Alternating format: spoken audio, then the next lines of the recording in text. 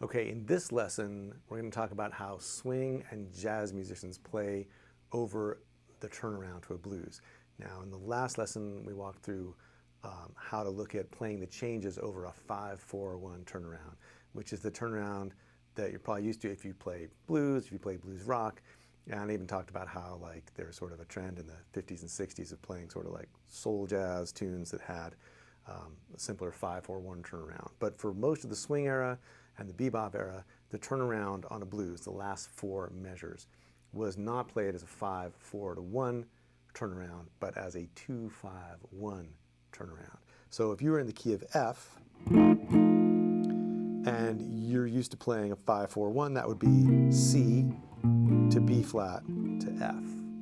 But swing and jazz musicians tend to play 2 to 5-1, and in the key of F, 2 is G minor 7, or down here, and then 5, C, and back to F.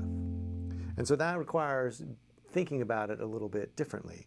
Now, when I was attempting to study jazz in school, we spent a lot of time looking at how to play over 2-5-1s and how to spell out the scale over, or the arpeggio over the 2 chord, then the scale or the arpeggio over the 5, and then get back to the 1 chord. But when I started really listening more closely to the musicians I really liked, these blues-oriented jazz musicians that I was really into, like Joe Pass and Oscar Peterson, I noticed they did something a little different, and that's what I'm going to show you now.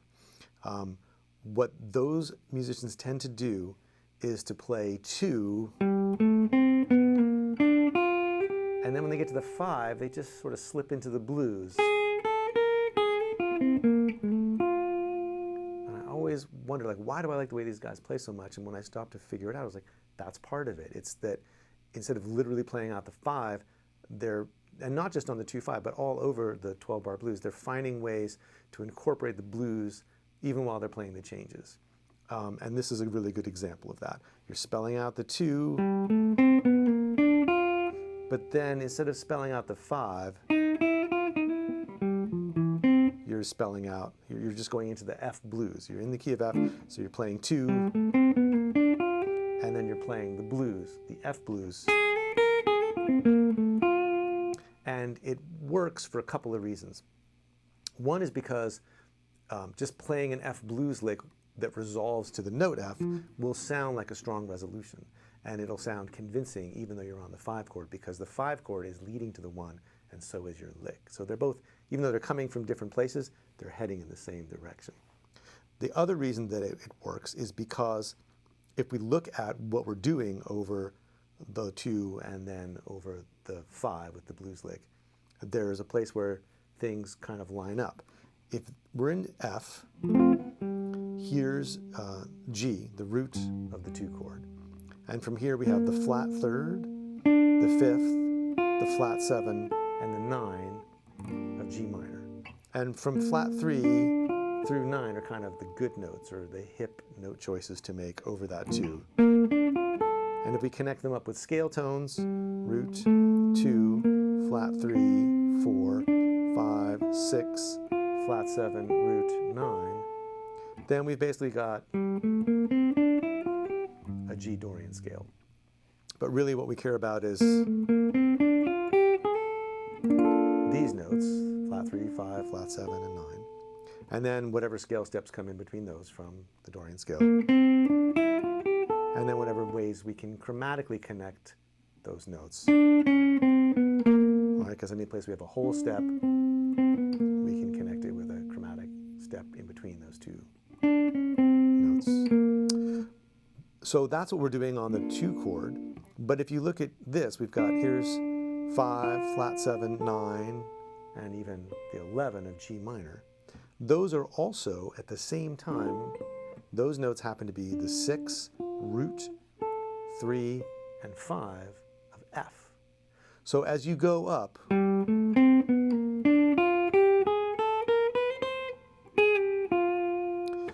at what point you stop playing the G minor and start playing the F blues is really blurry, because they share all those notes in the middle. So that's why you can sort of effortlessly roll from the 2 sound into the F blues sound without it being noticeable, like where the seam is. And that's what these players do, and that's what makes it sound so good. So that's the overall scheme.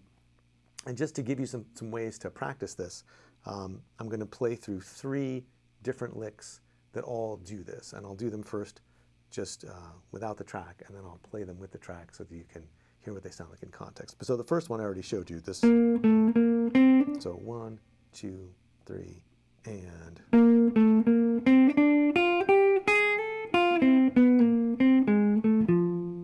So here I'm going from the flat 3 to 2, 3, 4, 5, flat 7, root. And then this is going chromatically into the 3rd of F. Now we're thinking in terms of F. Root 5,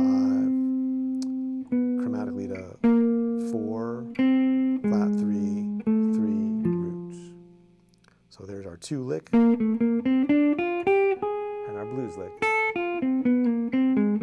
And of course this is kind of already heading into the blues, right, with the flat 3 to 3.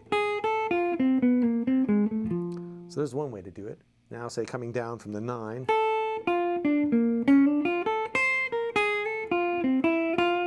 There's another way to do it. So here's G minor, 9, flat 7, 5, flat 3, chromatically into the 5, flat 7, 9, and then blues in F. 5, 4, flat 3, 3, root 5, major 7, root. So you can see again, it's blurry. Where do we cross over? All of that, this you can start to hear that as F blues already, or the top part of G minor. And then, so that's a way to do it. And then you could actually start from the root down here, like 1, 2, 3, and.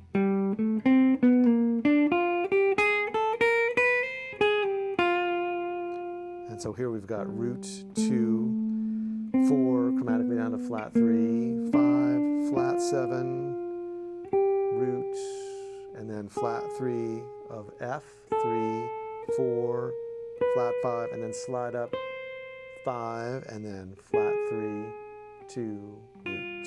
So blues.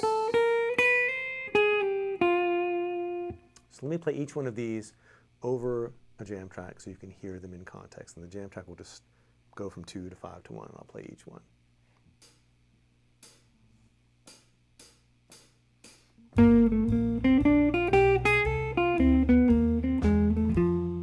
there's one. Now starting from the 9.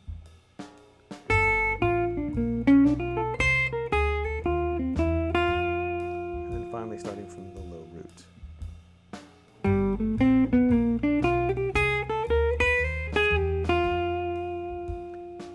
Now I'll play through just a chorus of the blues in F, and I'll just play blues for the first 8 bars, and then when I get to the turnaround, I'll do one of these 2 to blues to 1 moves.